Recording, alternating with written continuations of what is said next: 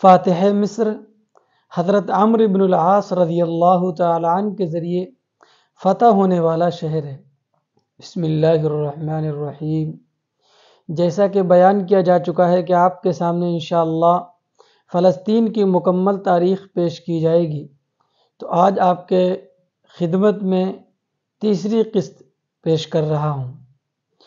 آج ایک شہر ہے نابلس، اس کو پیش کرتا ہوں۔ اس میں کتنی آبادی ہے، کیسی زمین ہے، علماء اکرام وہاں سے نکلے ہیں، کتنے گاؤں ہیں، اس طرح کر کے آپ کے سامنے پیش کرتا ہوں۔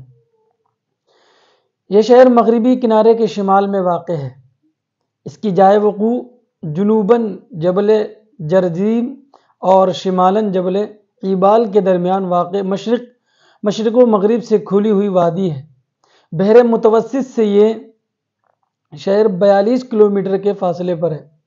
اس کو مشہور صحابی فاتح مصر حضرت عمرو بن العاص رضی اللہ تعالی عنہ کے ذریعے فتح کیا گیا تھا۔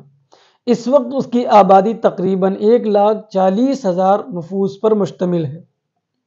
اس لیے